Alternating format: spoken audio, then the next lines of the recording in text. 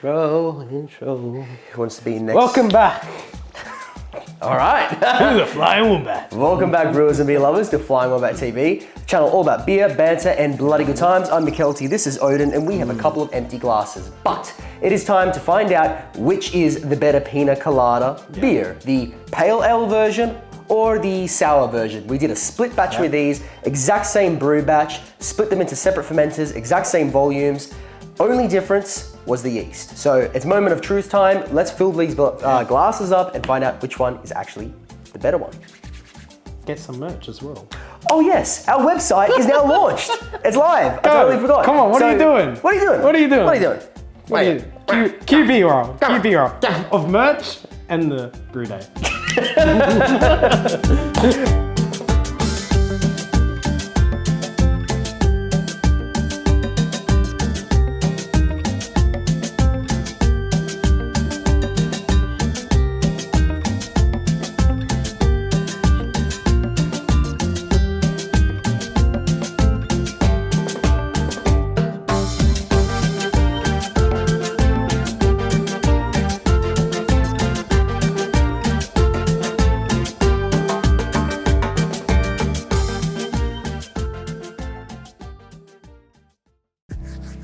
I haven't been this excited for a tasting in quite a while. This is one of our first brew days on this channel. It was a Pinot.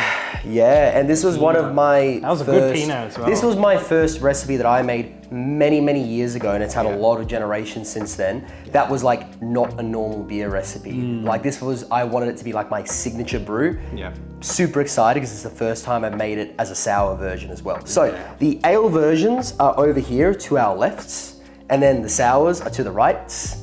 So they're left. Yes. Now they're right. Yes. Let's just do it. I don't want to wait. Which one? Which one? We're back.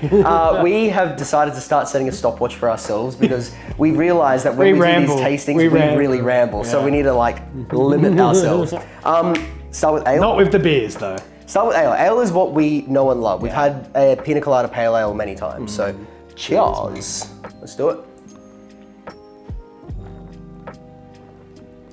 Oh man, that coconut comes through. Oh yes. That's nice. That's easy. That's good. Easy. That's very easy. Okay, so full disclosure, these are probably not fully carbonated yet, as you can tell by the head.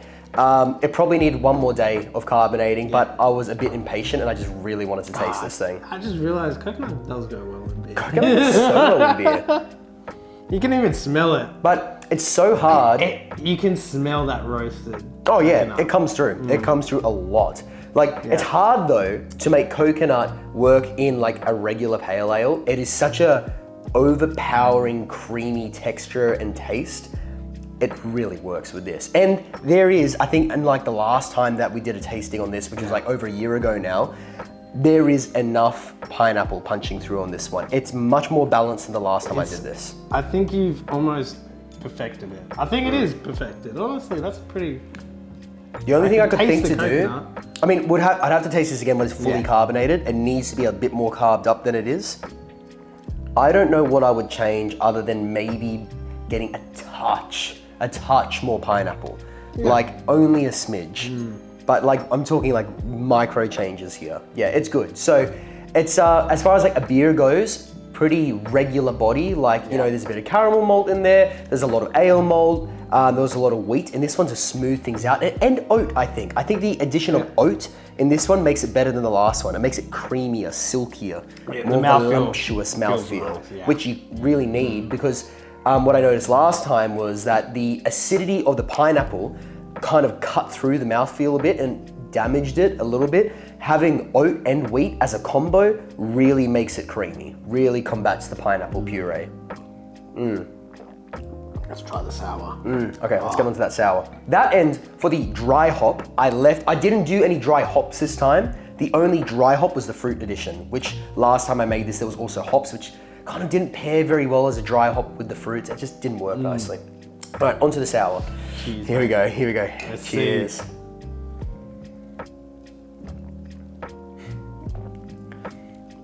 It's good. It's so good. A sour. It's a sour. It's not a super sour, it's a regular sour. Not as much coconut though.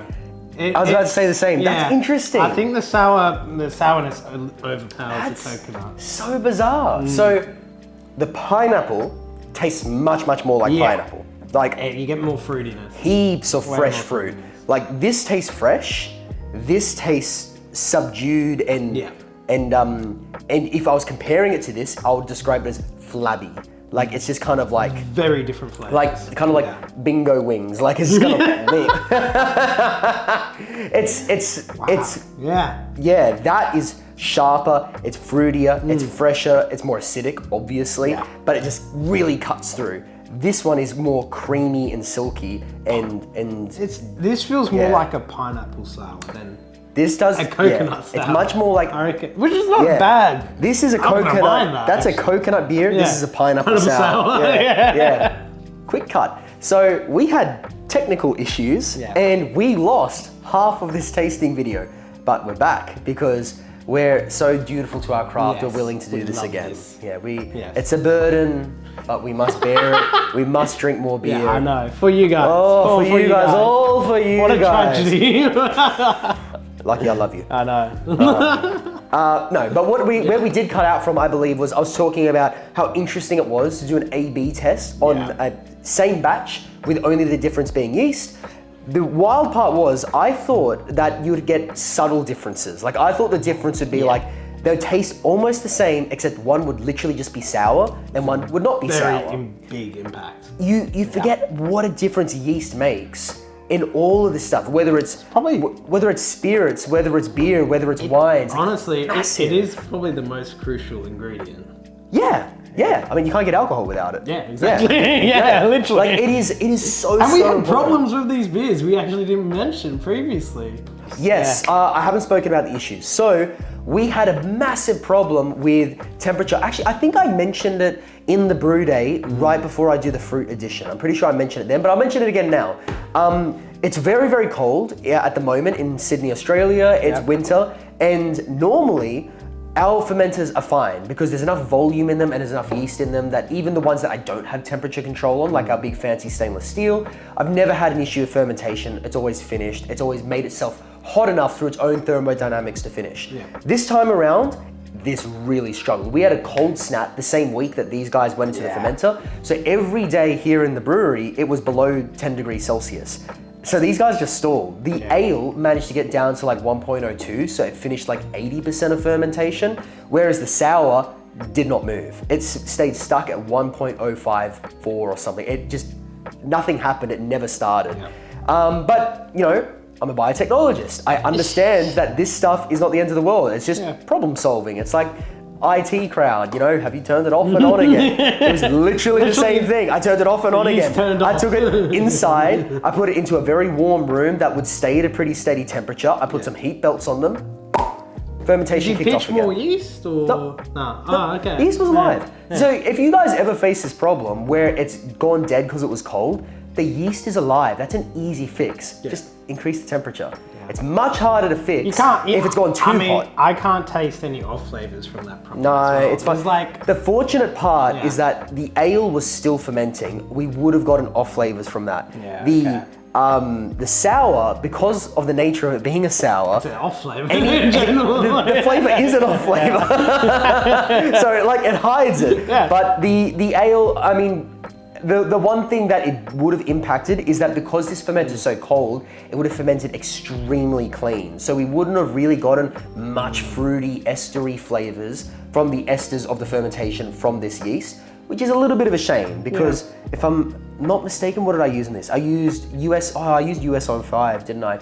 Never mind, that's a pretty clean fermenting yeast. But if I use like an SO4 or more of an English style, it would have produced some fruity esters, which would have been, you know, not really in full display with this one. Anyway, I've rambled about fermentation enough now. The thing that I was gonna say, like the wild difference between these two is that it's not just the literal acidity or non-acidity, it's like the difference of the yeast has totally changed the full palette of the rest of the ingredients. They're not comparable. No, they're two different styles now. Totally different beers. Like this is full pineapple, citrusy, zesty, fresh, acidic. This is very voluptuous, Pineapple thick, Express, versus coconut. Versus coconut cabana. Oh yeah, and I've just realised we're both wearing like the tropical shirts. Yeah. You got pineapple punch, so you're repping the sour. I'm repping the coconut.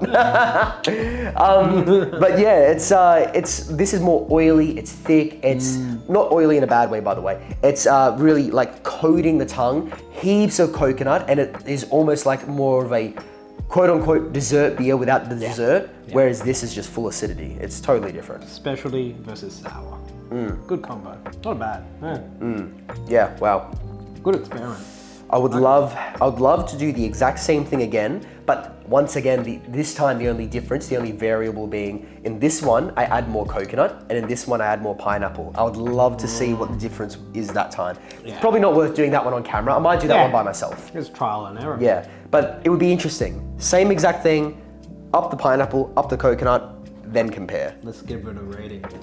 Okay, rating out of 10. You go first. Definitely an 8. We already rated this. We did rate it? We did rate it. But that footage is lost to history. Yeah. Already, I said 8 out of 8. 8 out of 8. 8 out of 8? 8 out of 10.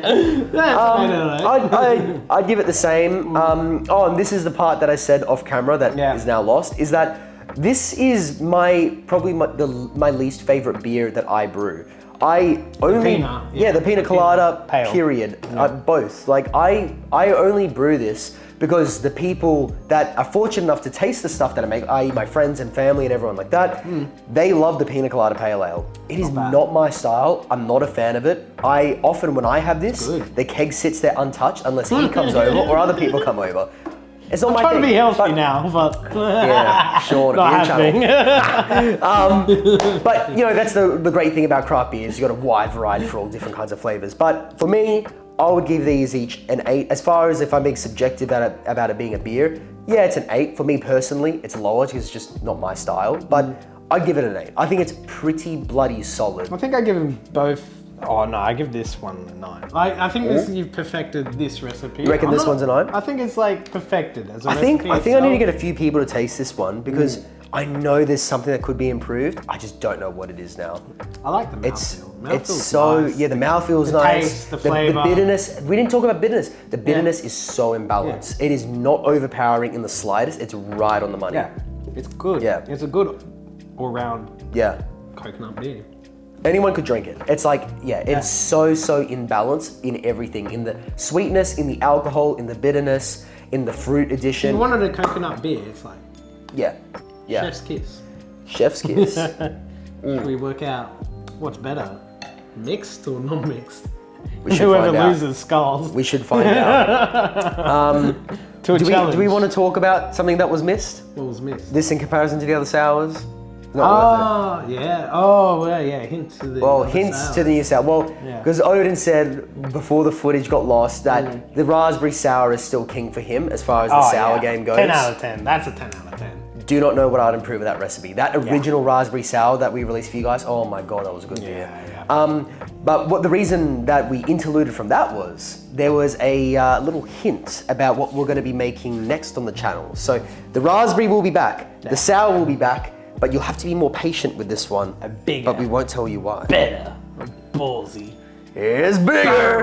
No. It's better. We're not going to tell you what's going to happen to it, but it is going to be a super awesome beer. So stay tuned for that one. I'm really keen to make that one for you guys. All right. Cue the challenge. Cue the challenge.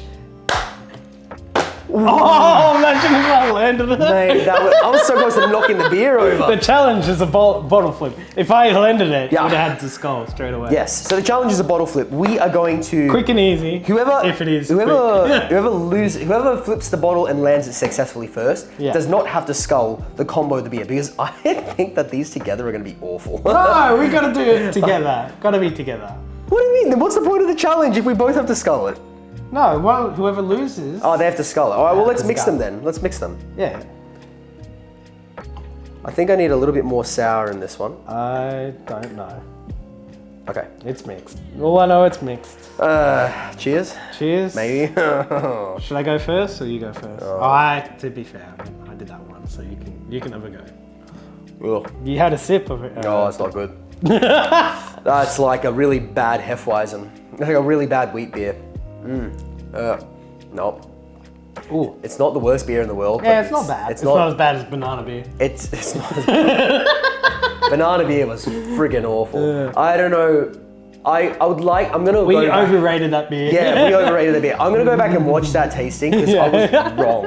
I tasted that banana beer a few weeks ago, and I decided this thing will never improve, and I chucked the keg. I was done with it. It had sat untouched since that tasting. We got a video. bottle flip. Okay, we got a bottle flip. All right, I'll go first. All right. If I bottle flip, then we keep going. okay. You're screwed. Yeah. No!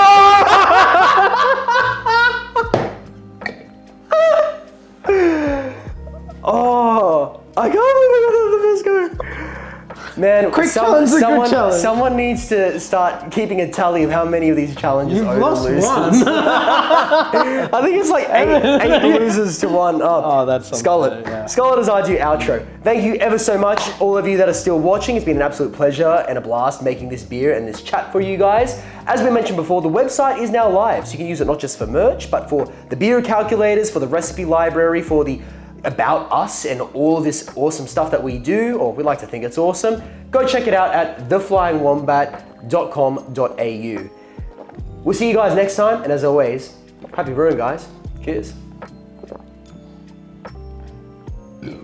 Oh my god. It's not bad actually. Yeah, I've made better stuff. Oh my god.